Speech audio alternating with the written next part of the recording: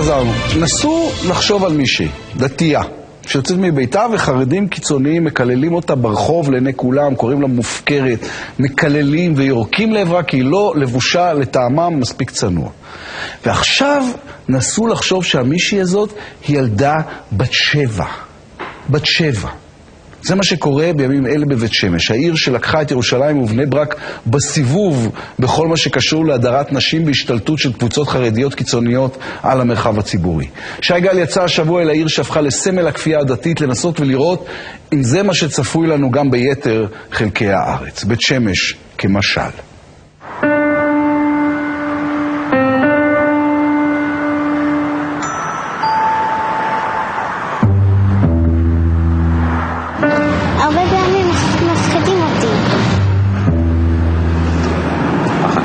שמה יקרה?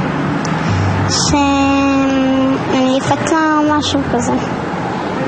מי זה? מי האנשים האלה? את הסיפור של בית שמש כולה אפשר להבין ברגע אחד דרך ילדה אחת. קוראים לה נעמה, היא בת 8 שעלתה לארץ עם ההורים מארצות הברית. ומה שהכי מפחיד אותה היא הדרך מבית הספר הביתה, 300 מטר. We'll just walk a little bit, okay? Nam, do you want to walk just a little bit? No. And then we'll cross? No. Okay. הם רוצים שאני אתלבש כמו חרדית ושאני אתן להם את הבית ספר. בסיוט של נעמה הם שוב חוזרים, הקיצוניים החרדים שכבר קיללו וירקו. הם באו משם, מהצד השני של הכביש. לא נעים שקוראים לנו שמות. לא נעים לי שאני הולכת במדרכה ואני מפחדת כשמישהו מהם עובר לידי ואני לא יודעת אם הוא יירק עליי או יקלל אותי. זונה, פוצה, נבלות, תסתלקו מכאן. ממש במילים האלה. את אישה דתייה, את אישה מאמינה. אי אפשר להגיד שאת לא מתלבשת בצניעות. אבל זאת אומרת שמבחינתם מה? מבחינתם אני בכלל לא דתייה.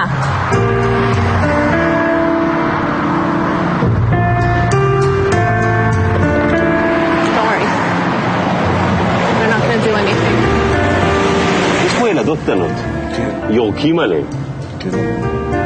נכון? כי הם לא הולכים צנוע. נכון, זה מפריע לי. אני אדם בריא.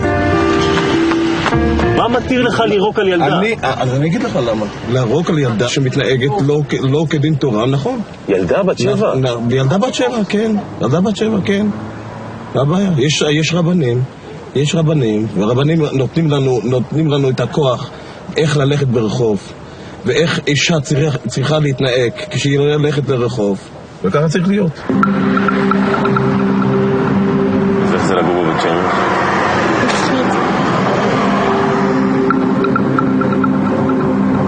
הסיפור של בית שמש הפך בשבוע האחרון לרלוונטי מאי פעם.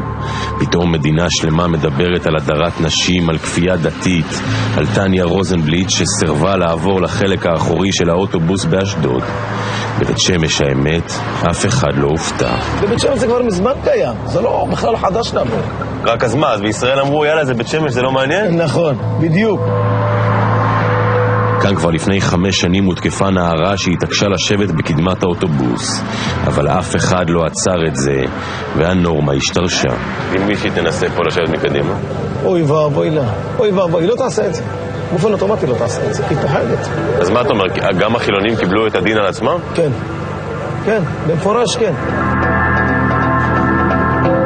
העיר הזאת הפכה פניה. פעם גרו כאן ביחד דתיים לצד חילוניים, הייתה גם שכונה חרדית. מאמצע שנות ה-90 החלו להגיע עוד ועוד חרדים למקום. מנטורי קרתא דרך חסידות ויז'ניץ, גור, תולדות הארון ועוד. הם התרכזו בתוך קהילות סגורות, עד שבשלב מסוים החלו להתרחב. ההתרחבות הזאת באה עם מסרים ברורים. חוקי צניעות, התבדלות והקצנה. הנה זה צנוע, כן. אתה רואה, ככה הם רוצים. הטבע של אישה היא היופי של לחבות את עצמה. אני רוצה להקריא לך משהו. תשמע, תקנת צניעות. הליכה של נשים מחוץ לביתן צריכה לעשות באופן שאינו מושך תשומת לב. נשים המטיילות ברחוב וחבורה מהוות מכשול לגברים וצריכות להימנע וללכת ברחובות צדדיים.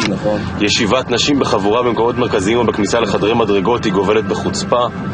אסור לאפשר לילדות לרכב על אופניים, להקפיד על לבוש רחב שלא יתגלה אף איבר כלשהו בתנועה. נכון. כי אנחנו אנשים בריאים. אנחנו אנשים בריאים שיש לנו, שאנחנו... אנחנו אנשים חולים? אנחנו אנשים חולים? כן, סליחה על הביטוי, כן. אבל את החוקים האלה לא מיישמים רק פנימה בתוך הקהילה.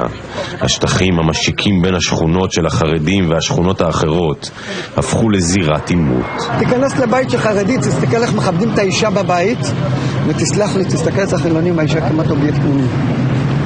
יכול שאתה רואה אותה ככה? זה לא שאני רואה אותה ככה, אצל החרדים מכבדים את האישה. אצלנו לא. אתה מניח? כמעט 40%. תגיד לי, תסתכל, הנה, מה זה? כמעט 40%. מה, תסביר לי את זה. כי אתם באתם פה כדי לראות פרובוקציות. אני באתי, היא לא קשורה עליה בכלל.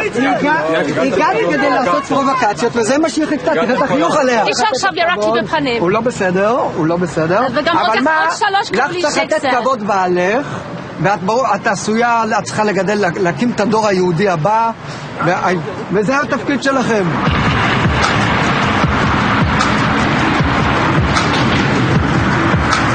אנחנו קיבלנו אותם בזרועות פתוחות. יש פה אנשי מסורת. אנשי מסורת, אנחנו אוהבים, אנחנו רוצים את הדתיים, אנחנו רוצים את החרדים. אנחנו מאמינים שכל עוד הכתפיים שלנו יכולות לשאת אנשים חלשים, אנחנו נשמח לקבל. ואנחנו יודעים שהאוכלוסייה הזאת אוכלוסייה חלשה. אלא מאי? שעכשיו הם התחילו לכבוש את כל הגבעות ולזרוק אותנו. ציון סולטן הוא עיתונאי מקומי וגם פעיל חברתי. הוא מאמין, חובש כיפה שתמך בבחירות האחרונות בראש העיר החרדי הראשון בבית שמש, משה אבוטבול, איש ש"ס. גם חילונים רבים כאן הצביעו עבורו, ולא לזה הם יכלו. אני אציג בפניך חוברת של עיריית בית שמש, וזאת ההתחלה, מפה זה נובע. כל בנים. אין פה תמונה אחת של ילדה, לא של אישה. הנה, הרבה, יש פה. בטוח נמצא אישה אחת. לא תמצא. אתה יכול לחפש בזכוכית מגדלת, לא תמצא פה אף ילדה. הנה, תסתכל, ישיבת מליאת מועצת העיר. לא יכול להיות שאין פה אישה, יש 3 נשים בתוך המליאה. אז הם ישבו מחוץ לתמונה. אז הם ישבו מחוץ לתמונה, כן.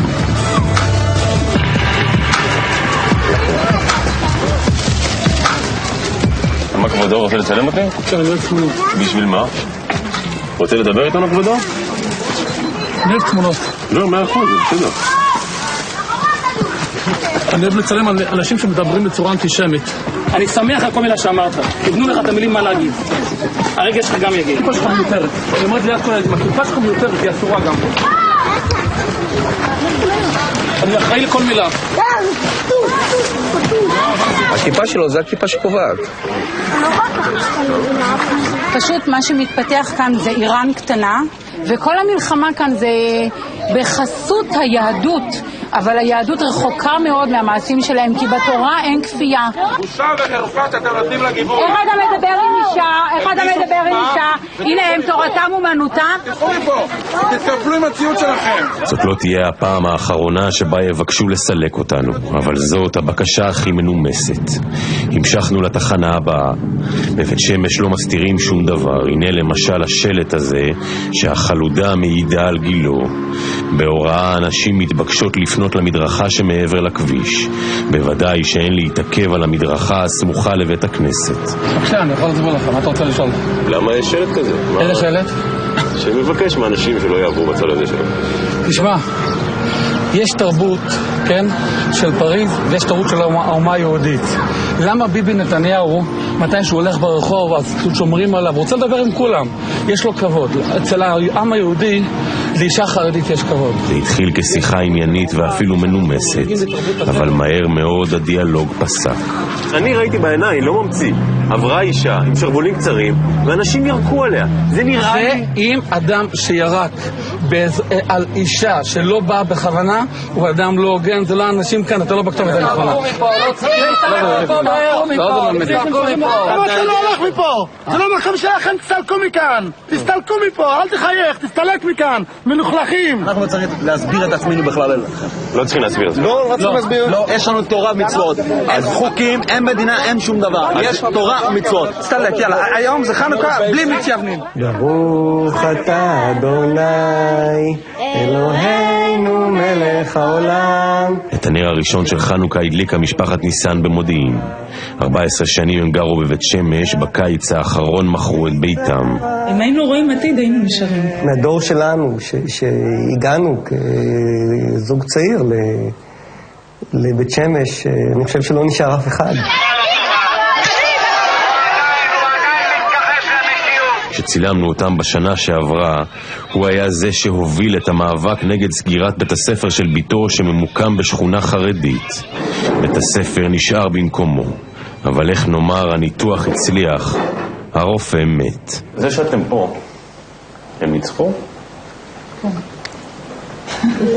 זה בריחה. בעצם, במקום להישאר להילחם, כן? כאן אני יודעת שהבית ספר ישרוד. כאן לפחות אני מרגישה שיש לעיר הזאת סיכוי.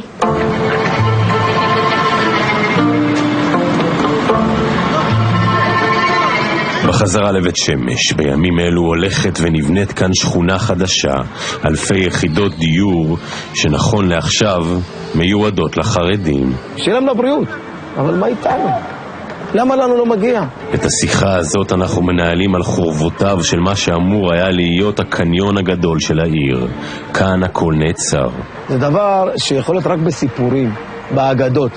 איך מיעוט כזה קטן מגובש ניצח כמעט 65% בבית שמש. ומי שהאשם זה אנחנו. הגילונים יכולים לקום בכל מקום, החרדים לא. יש כאן במדינה שנאה חינם נגד חרדים, כאילו שאנחנו עם אחר. אם אנחנו רוצים לחיות בשקט, אנחנו נעקוף אתכם לעבור אותי. אני עושה לך את הלב מהמקום, לא את העיניים. את הלב. את הלב בזכותי ובזכות הילדים שלי, אתה קיים פה. מנובל. אתה רואה? אתם לא הייתם פה בשנות ה-50. אני הייתי פה. אני הקמתי את העיר הזאת. ואתם באים עכשיו מפרים את הדממה השקטה והטובה והנעימה. איפה שאתם הולכים, אתם עושים רק רע ליהודים ולתורה. תסתלקו מפה! תסתלקו מפה! בית שמש על מסלול התנגשות, ומסביב כולם שותקים. יש הרי חרדים רבים שלא מסכימים עם דרכו של הגרעין הקיצוני, אבל הם לא עוצרים אותו. מה יהיה בסוף בבית שמש? מה יהיה בסוף בבית שמש? יהיה שכונה חרדית, יהיה לא רק בית שמש, כל הארץ ישראל יהיה ארץ ישראל חרדית, ולא יעזור לכם כלום. המדינה תהיה בסוף סוף מדינה חרדית. כן רוצים או לא רוצים? איפה הרשויות? אין כהרגלן נזהרות, אולי באופן מכוון, אולי לא. אפשר להעלים עין מהכל, מההפרדה, מההדרה, מהשלטים, מהכתובות ומהיריקות.